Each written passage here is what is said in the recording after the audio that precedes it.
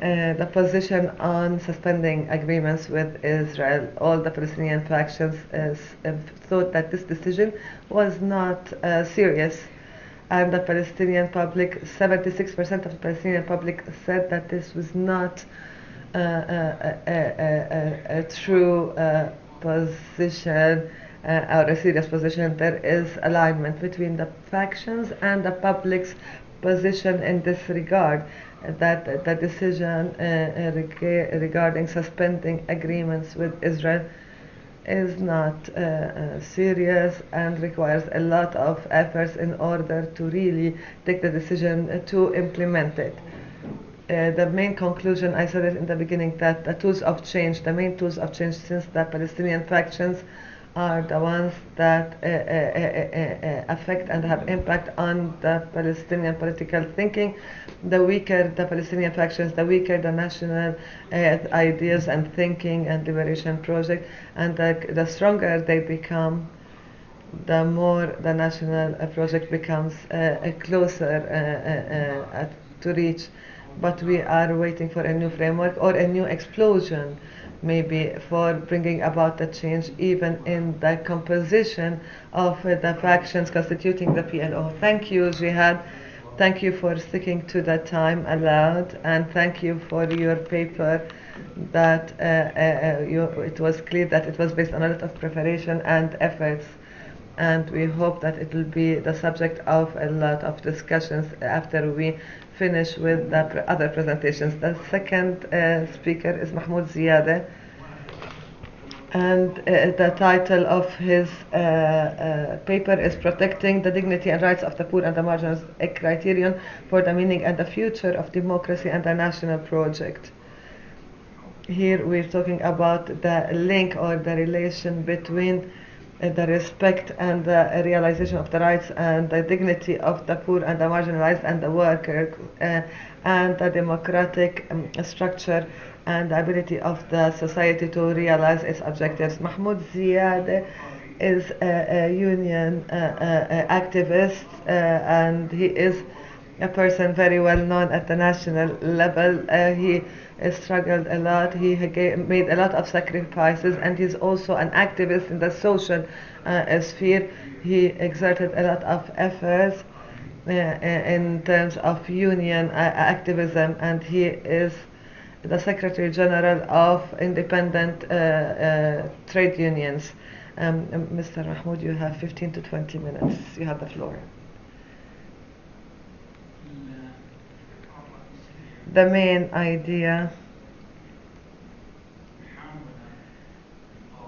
in terms of trying to discuss, or what the presentation attempts in bringing about the discussion in terms of the main conflict with the colonization, the struggle, the internal struggle, and all the internal struggles, or the struggle with the capitalism continues because we're under colonization. It remains a secondary struggle, regardless of what the capital owners or does, or the role of capital in the struggle against colonization or for emancipation from the colonization.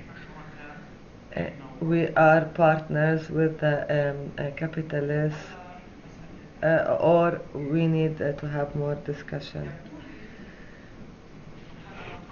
It appears to me that this is something very important now and later and beyond.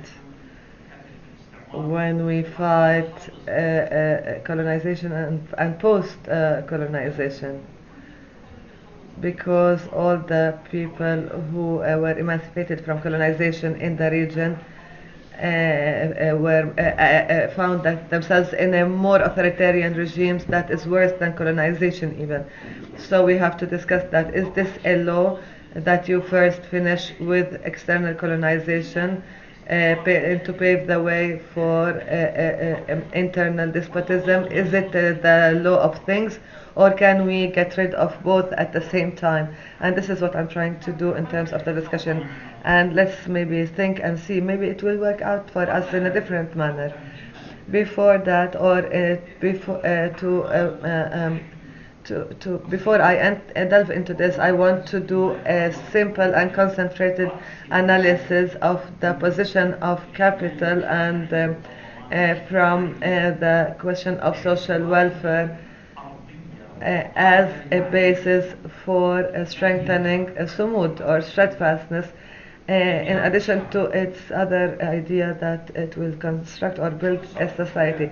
What did the private sector say regarding social welfare and social protection?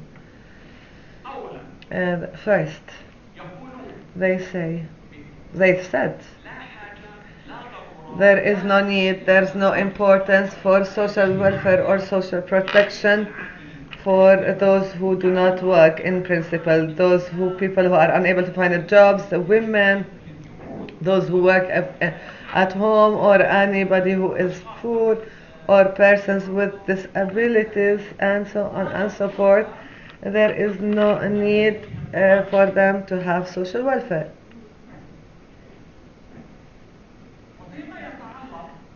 In terms of social welfare that was discussed since 2003 until this day, the idea is limited within the existence of a regime that is based on contributions and from the workers and the employers, but for whose purpose? In the private sector original idea, they thought this should be based on a system that is established and managed by the private sector as a for-profit company. Otherwise, then we will not accept it, and the private sector, we are the ones who have the capital, and these are our workers, and this is our money, and we will invest them, and the government is not functioning, and the public sector, they are dysfunctional, and they cannot be trusted to do anything. Look at what they did in terms of the law for retirement and retired people, and they have a lot of debts. So do you want to give them a social welfare trust fund and they will not manage it or mismanage it? There are no guarantees if you want social welfare except through a for-profit company that is established and managed by the private sector. That's their argument. When that required a law, they lobbied the government, and the government was forced to issue regulations in 2010 that was called the bylaws or regulations, executive regulations that allowed the private sector to establish a company to have a system of social welfare, and they called it the non-government retirement fund. The private sector, they are smart. They saw that there were problems in that, legal problems in that, so they went to the social welfare law. So they sneaked around using the law in order to get to a non-government retirement fund, which in the social welfare law was termed as the complementary system or supplementary system. This is what happened in 2016. Many people, including targeted workers, by the supplementary system. The main idea of it is to take the funds that are saved from a saving fund from establishments that have such provident fund, for example, benefits and the severance pay, and take all that money from the different companies and put them in this company and transfer the deductions on a monthly basis to this fund. And the private sector was not had not problem to pay accumulating severance pays and to make the deductions and transfer the deductions, and up to 12% because this is a fund that they will manage and that they will operate, and for them they didn't mind to do that. But this did not work for the people, and the people protested against it. The supplementary system failed. there were amendments to this law. The private sector did not want to move one bit in terms of its contributions to this fund. They remained the same. Those payout that you deserve, we will send them to this fund on a monthly basis. Other than that, we don't have nothing to offer you. But they did not want to do that, and according to the amendments that took place to the social welfare law, the fund is running a deficit even before it starts, because they don't want to pay anything. If a fund that gives more benefits to those who deserve these benefits without contributions, then this is a fund that will run a deficit even before it starts. It will start with a deficit, but then they went back to the first premise, and that is either a social welfare law or retirement fund that we have and we own and we manage, and otherwise there's nothing that we can offer you.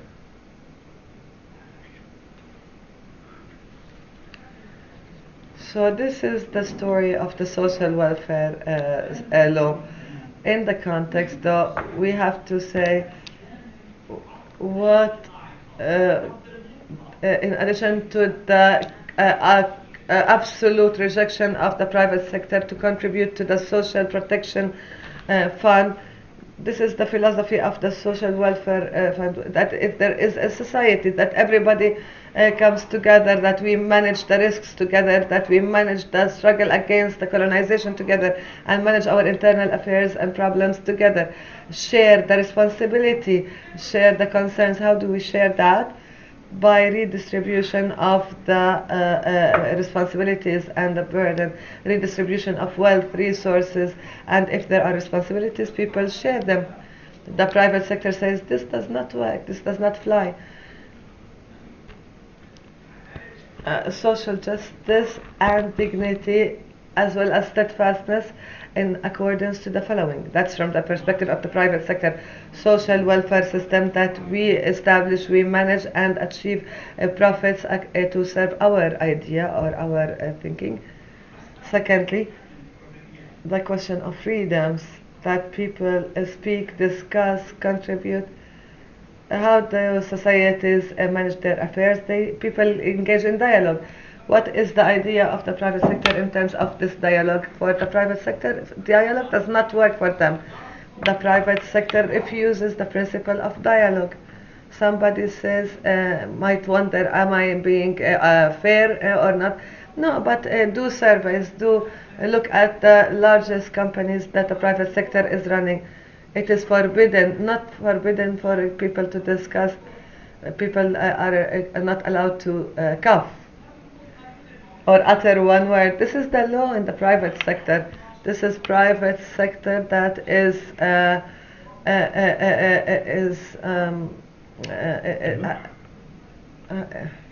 it wants only profits, and they only are fierce and relentless, and they care less about others. And the principle of the freedom of expression, democracy. Doesn't it mean for people to exchange their opinions and ideas, express their concerns, their problems, their aspirations? In the private sector law, this is forbidden. It's true that there are the PLO, the PA, the government are to be blamed, and there are a lot that was said in this regard, and it was all true. But we need to reflect on the relationship between the private sector and the regime. I don't know, it seems the private sector is also controlling the political regime and is directing the political regime and imposing their will on them. In 2003, 2005, 2007, 2010, 2014 and 2018, that was the case. The private sector imposed its thinking, and if they are upset, the government says, no, we will do whatever the private sector wants. The labor law. 75% of the people working in the private sector the labor law does not apply to them. It means that they are not allowed or entitled to holidays, vacations, or the minimum wage, and a large percentage of them do not get even the minimum wage. This is the vision of the private sector. This is the dignity, this is the justice, and this is the freedom, and this is the democracy, according to them. You all probably were aware that telecommunication companies do not accept.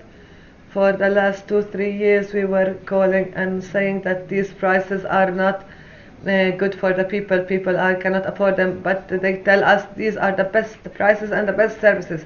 You like it or you don't, that's what you're gonna get. That's the response.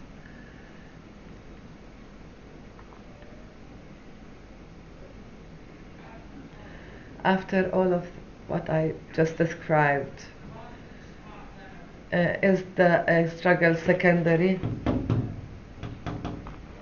And exploitation and undermining dignity and prohibition of freedom of expression. Thus the struggle remains secondary and should be postponed until we finish with the colonization. So regardless of how dangerous this is or what they are doing, and yet it remains a secondary struggle, or because it is called Palestinian private sector, so undermining and exploitation and forced work. Is it because from Palestinians, is it okay and we need to accept it? We shouldn't. It seems to me, and this is something for thinking and reflection, that maybe since the PLO, particularly among the left-wing factions, they kept telling us that they postponed the struggle. This is not the main struggle. The main struggle is to finish with colonization.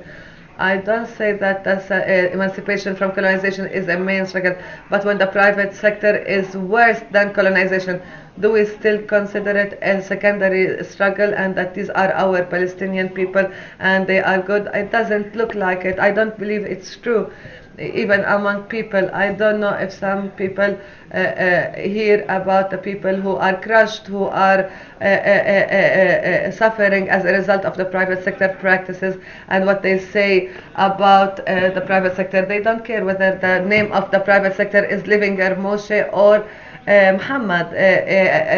All of them, if they are going to undermine the dignity of the people, we don't want them. We don't want this despotism, this authoritarianism, neither from the private sector nor from the colonization.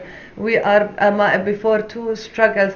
Dignity cannot be divided, neither under colonization or post-colonization.